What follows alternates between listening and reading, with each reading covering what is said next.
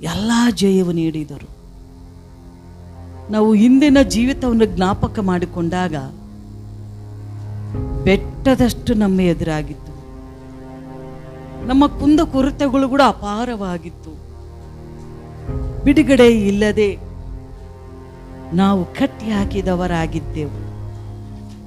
ಆದರೆ ಜೀವವುಳ್ಳ ದೇವರು ಎಲ್ಲವದರಿಂದ ಬಿಡಿಸಿ ಇವತ್ತು ನಮ್ಮ ಮುಖಗಳಲ್ಲಿ, ನಮ್ಮ ಹೃದಯದಲ್ಲಿ ನಗುವನ್ನು ಉಂಟು ಮಾಡಿದ್ದಾನೆ. ಬಹು ನಗೆಯಿಂದಲೂ ಶತ್ರುಗಳು ನಮ್ಮ ಮೇಲೆ ಉತ್ತುತ್ತಿದ್ದರು ಅಂತ ದಾವೀದನು ಹೇಳ್ತಾ ಇದ್ದ.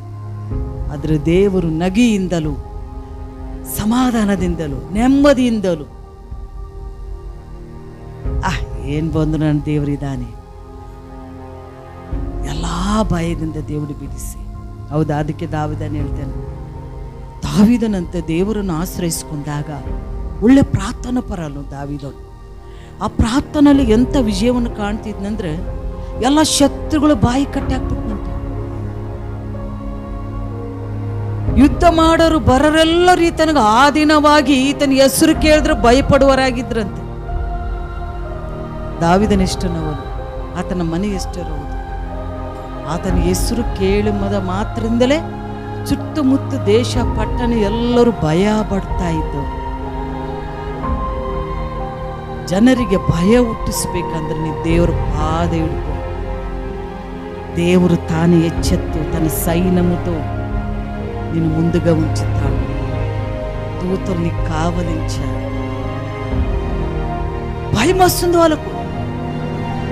అవునా? సౌలు ఎందుకు భయపడ్డాడు అంటే మనిషిని ఆకారం చూసి, ఏమి అందరికన్నా ఎక్కువ ఇప్పుడున్న మన హైట్ అందరికన్నా మన మారి మన సురేష్ ఇద్దరు కూడా ఉన్నాడు అనుకుంటాను. అయితే ఈ ఎత్తును చూసి వాళ్ళు భయపడలే. ఆయనకు ట్రిక్ ఏం తెలుసునా? గోలెత్తకి మనిషి ఇలా నడిస్తే ఇలా ఉంటే చూడండి మీరు, ఎక్కడన్నా కొట్లాడుతున్నప్పుడు ఎవడనో చూరికే ఇట్లా నిలబడతాడు. ఇట్లా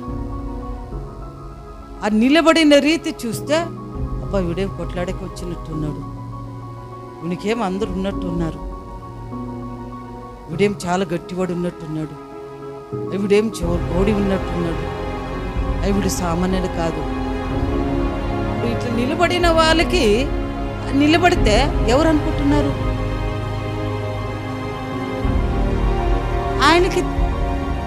ఆయన లేదు, జనం అను. అవునా? గొలత అలాగే నిలబడి. అయితే తమ దేవునిని ఎరిగిన వారు బలము కలిగి గొప్ప కార్యము చేస్తారు. ఆమేన్. దావీదు వానిలో ఉన్న వీక్నెస్ దేవుడు బయలుపరిచాడు. అరే ఇంత ఎత్తు మనిషి, కత్తితో కాదు, కుక్కతో కాదు, నా దృష్టిలో కుక్క కూడా కాదు, విడత. చూడు ఎట్లా చూడు, మనిషిని ఇలా నిలబడవాడిని అని గాలి తీస్తున్నాడు. ఏ కుక్క, నేను కుక్కనా? కుక్కనా? విడతరా? ఆ ఒక పౌరుషము, ఆ ఒక బలము, ఆ శక్తి రావాలంటే దేవుడు ఎలాగ మొదలుపెట్టాడు ఆయన దేవుడు. అరే నీకే ఇంత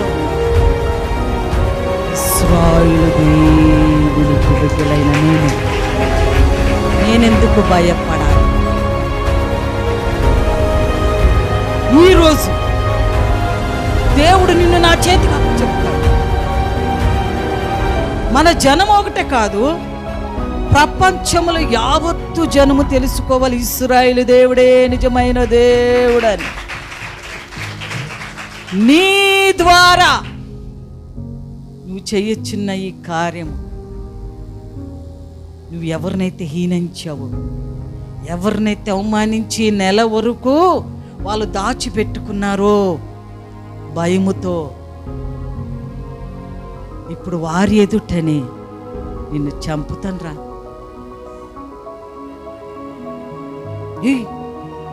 నెల వరకు భయపడి చుడుకి దేహం వచ్చిపోతుంది. రోజు వచ్చేది నిలబడేది కత్తి పెట్టుకుని. డాల్ని ఒక 4 మోసుకొస్తుండ్రంట. కత్తి కత్తిని ఒక ఆరుని మోసుకొస్తూ వచ్చి నిలబడతాడు అంతే. కత్తి చూస్తే ఏ పని నాకు మోసే కాదు. వీళ్ళే ఎందుకు అనుకుంటున్నావు? నీలో దేవుడు లేడా?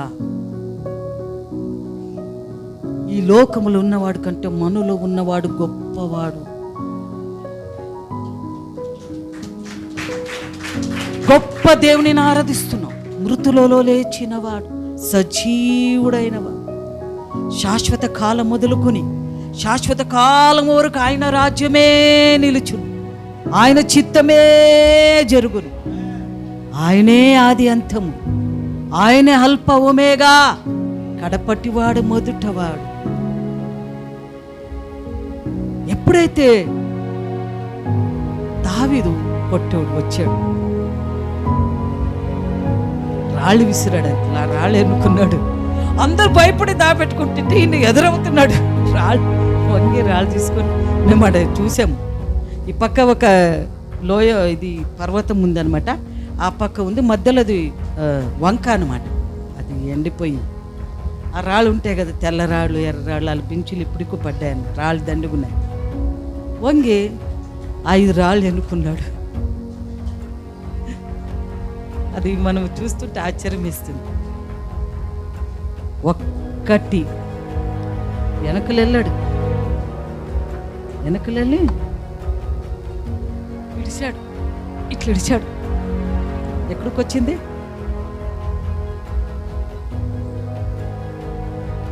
వీడు కొడితే ఈడుకొచ్చింది వెనుక రాయి, వీడు బొక్క పడింది.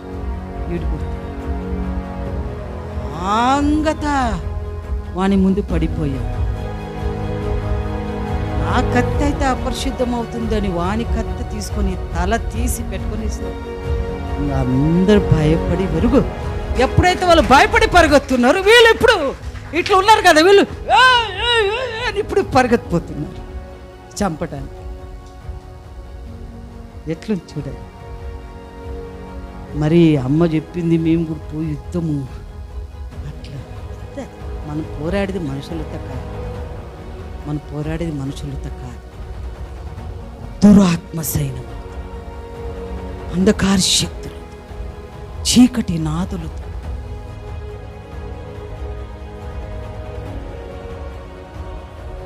పట్టుకున్నాడు.